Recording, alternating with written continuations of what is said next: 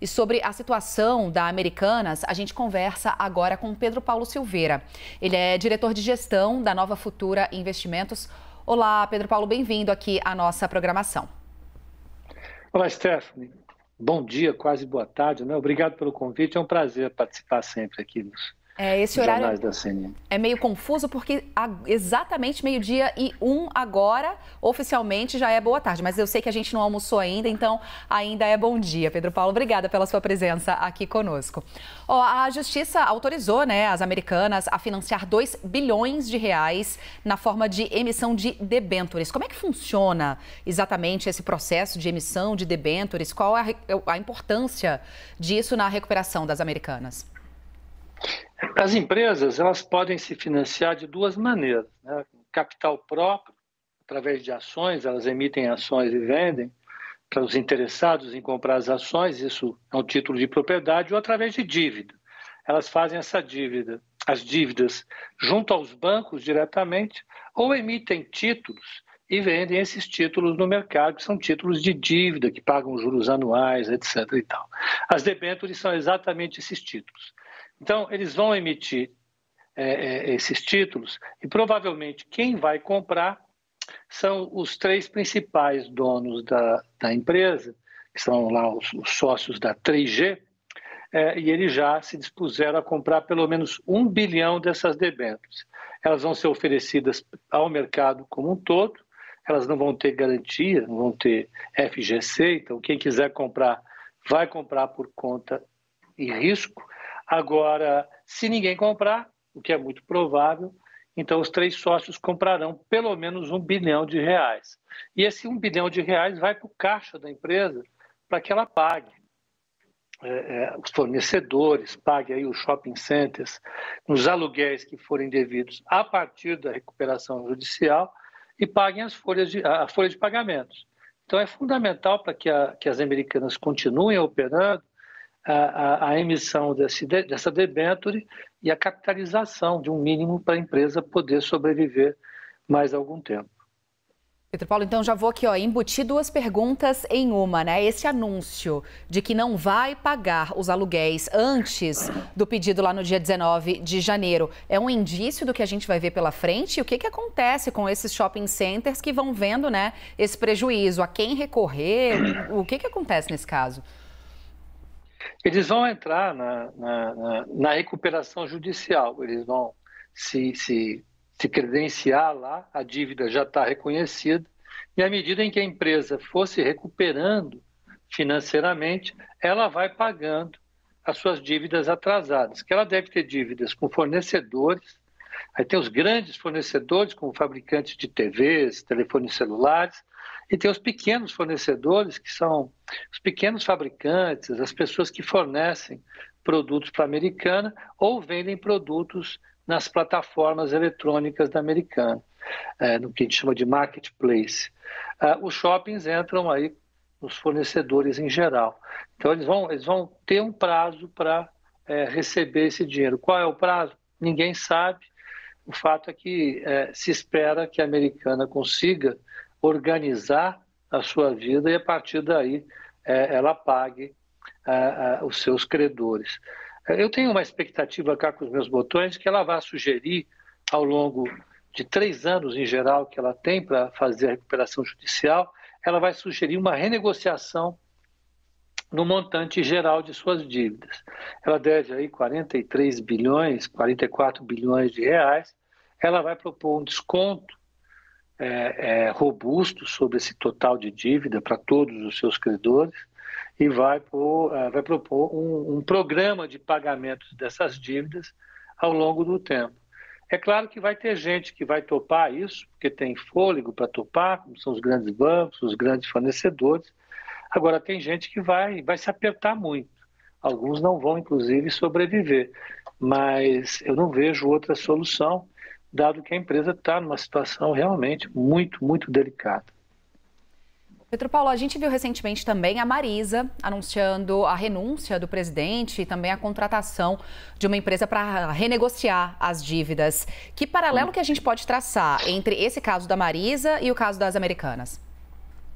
Eu acho que paralelo, por enquanto, nenhum. Americanas o que é mais importante dela é que existiu uma fraude muito grande lá em relação à dívida conhecida. Eles esconderam cerca de 24 bilhões de reais em dívidas, 25 bilhões de reais em dívidas. É uma coisa muito grande. Isso mudou completamente o perfil da empresa e deixou o mercado de crédito bastante exposto a uma situação difícil. Então, o mercado de crédito, em reação a essa novidade bastante ruim, ele retirou, vamos dizer assim, a sua oferta de crédito geral na economia. Isso apertou as condições financeiras de muitas empresas. As taxas subiram e a oferta de crédito caiu.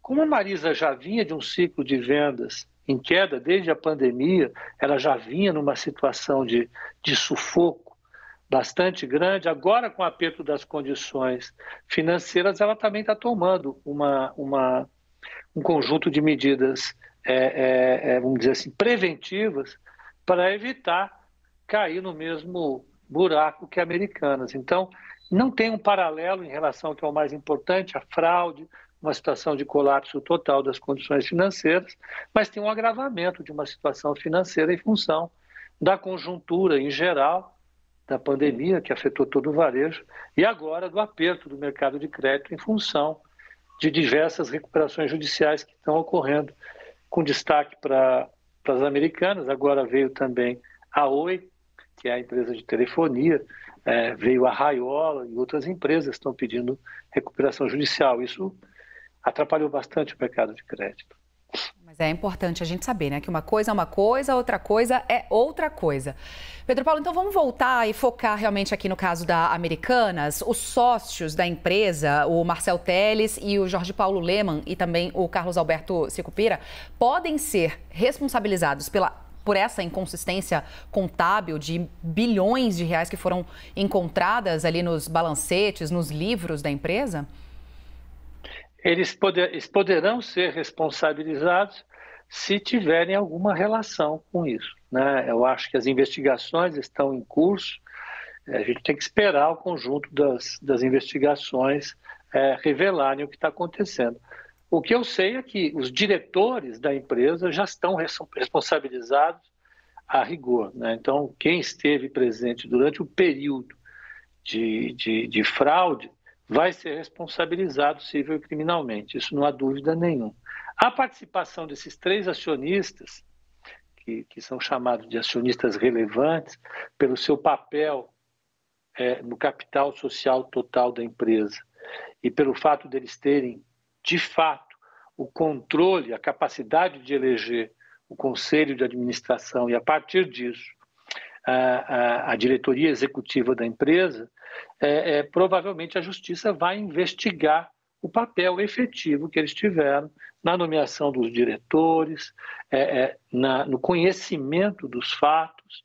Ainda vai uma investigação bastante grande para que isso aconteça. De qualquer maneira, já existe uma punição que é muito dura para empresários desse porte, para qualquer tipo de empresário, mas para eles, com certeza, a punição é muito dura. A reputação deles sofreu bastante. Então, o mercado já está absolutamente alerta em relação a esses 3 empresários.